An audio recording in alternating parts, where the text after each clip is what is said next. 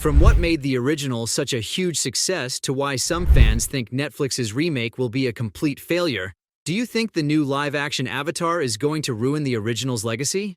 Water, earth, fire, air. The opening sequence to the original Avatar. The Last Airbender is etched into our memories and we wouldn't have it any other way. The Nickelodeon series was the first of its kind. It was hilarious, thrilling, and also a tearjerker, all the while being a kids' show. It was a phenomenal feat. And over the years, several major studios have tried to replicate Avatar, The Last Airbender's success. Spoiler, they've mostly failed. Sure, The Legend of Korra was a big hit even though the 2010 film, The Last Airbender, was one of the biggest box office disappointments in history.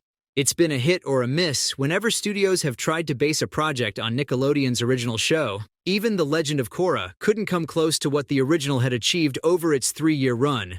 That doesn't mean studios still aren't trying. Executives have watched and then rewatched the original series over and over again trying to get everything right. They've taken fan suggestions and concerns into account, tried to be culturally sensitive as well, and altogether tried to find the perfect formula to replicate the original success. Cut to Netflix announcing its upcoming live-action series, Avatar: The Legend of Aang. There's a lot to unravel here, but first, let's talk about what made the original series so widely popular in the first place. Did you know that the original series had 1.1 million people tuning in for each new episode? It won't come as a surprise then that Avatar was named the highest-rated animated television series for its demographic when it premiered. Sazan's Comet, the show's 4-part finale, had the highest viewership of all time. We're talking about 5.6 million people tuning in for all 4 parts. One of the reasons why Avatar was so popular was because the show was a trailblazer in every sense of the word. Anime was gaining significant traction back in the early 2000s, and Western media houses wanted to cash in. Unfortunately, they realized that something just wasn't working well for them. Instead of trying over and over again, they'd just play it safe.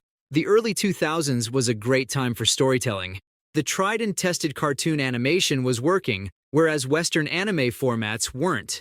So productions only half-heartedly tried, but soon quit. Then JM Animation, DR Animation, and Moi Movie stepped up. They were the principal animators for the series throughout its run. The Western anime format finally worked, and it was a refreshing change for kids and teens in the 2000s. That might have been enough to compel the audience to check it out, but what really made them stay? Again, it was great storytelling. Avatar featured several characters who were all very different from one another. We had Katara as the voice of reason, Sokka for comic relief, Prince Zuko as the misunderstood villain, and Aang who tied them all together. Fans also appreciated the mix of Asian themes in Avatar, and were hooked from the very first episode. You'd have to watch every episode as it aired weekly to know what was going on with Aang and the rest of the crew. This helped series creator Michael Dante DiMartino create a regular fanbase. So much thought went into what was essentially a kids' show. For the first time, children saw other cultures being represented on screen. Avatar didn't just capitalize on a foreign culture. It made sure that kids were aware of how different people needed to live in harmony with one another. It has to be said over and over again. It was a kids' show with so much depth. No wonder no one else could replicate everything Avatar had achieved. And some fans think no one ever will. Definitely not Netflix. One user took to Reddit to vent their frustrations, and some of their points were pretty valid. Before the 2024 adaptation, there was the 2010 remake everyone wished they could forget about. Besides whitewashing the cast and cramming 3 seasons into a 90-minute film, people weren't happy with a key aspect. It wasn't animated. We just talked about how one of the best things the original had going for itself was the fact that it trailblazed Western anime animation. This is why fans of the original are understandably confused as to why no one else is even considering an Avatar remake as an animation. Netflix announced a live-action remake, and it felt like déjà vu, or a horrible nightmare in this case. To add more credibility to how big of a deal animating a remake would be, fans pointed out the success of The Legend of Korra. It was the only Avatar spin-off that managed to reach a cult following like the original. So, it's clear what media houses need to do to more or less guarantee a successful remake. Yet they're deciding to do something that's historically failed. Why? We can't say much about what the creators of the 2010 movie were thinking. At all, actually. However, Netflix has been on a live-action making binge lately. The company tried to remake several classics into live action because film technology has come a long way since the early 2000s. The executives at Netflix probably think that a live action would be a refreshing take. Also, the standard to meet for an animation is just too high. Everyone knows that there will never be another animated Avatar quite like the original. According to fans, though, a live action isn't necessarily the answer. They're claiming that if Netflix really wants to make an Avatar spin-off, they should stick to what's historically worked and stay away from what hasn't. That's not all. Fans are sure Netflix's remake is destined to fail. And that's what the original creators seem to think too. No one wants another disaster like The Last Airbender. And one of the ways Netflix tried to avoid that situation was by having the original creators of the show on board their remake. The Avatar fanbase took a collective sigh of relief when DiMartino and Bryan Konietzko were brought on as executive producers and showrunners. Then, the entire fanbase let out a collective yelp when DiMartino and Konietzko left the production midway.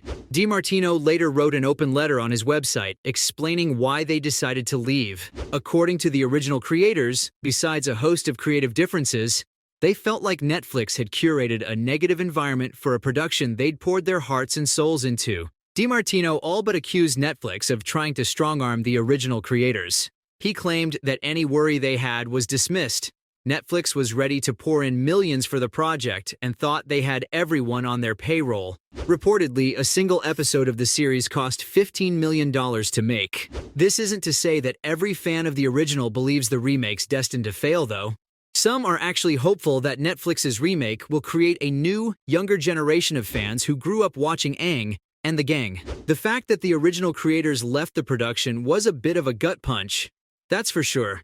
However, it's not like some people still aren't holding on to hope. Again, Netflix is determined more than anything to make the live-action remake a success. They've hired the absolute best of the best for the project, and they're willing to dish out as much as it's going to cost.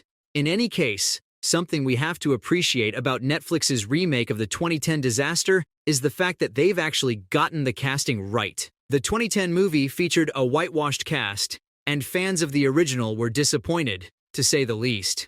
Netflix's remake features culturally appropriate characters who actually look like they could double as animated versions of the original. No one could have been a better live-action Aang than Gordon Cormier. Hopeful fans are also pointing out how the live-action remake of another popular animation, One Piece, exceeded everyone's expectations. Sure, other remakes such as Death Note and Cowboy Bebop might have missed the mark still. At the end of the day, you can't write off every live action as being either great or terrible. Likewise, hopeful fans are urging other members of the Avatar fanbase to give Netflix's remake a fair shot. Speaking of which, when will we get to see Avatar: The Legend of Aang? The remake is set for release in February of 2024. Netflix hasn't greenlit the show for more seasons just yet. They'll probably judge that based on the reception for the first season. All 8 episodes of the first season will be released at once on Netflix. The streaming service unveiled a first look into the series at the Tudum fan event in June 2023, followed by a trailer in November the same year. They also released a first look into the main characters and the characters for the Fire Kingdom in 2023. Netflix's remake is a long time coming at this point. So, from some fans thinking the live-action remake is destined to fail, to how the original went down in history as one of the best animated shows of all time, that was everything you needed to know about what fans have to say on Netflix's live-action Avatar.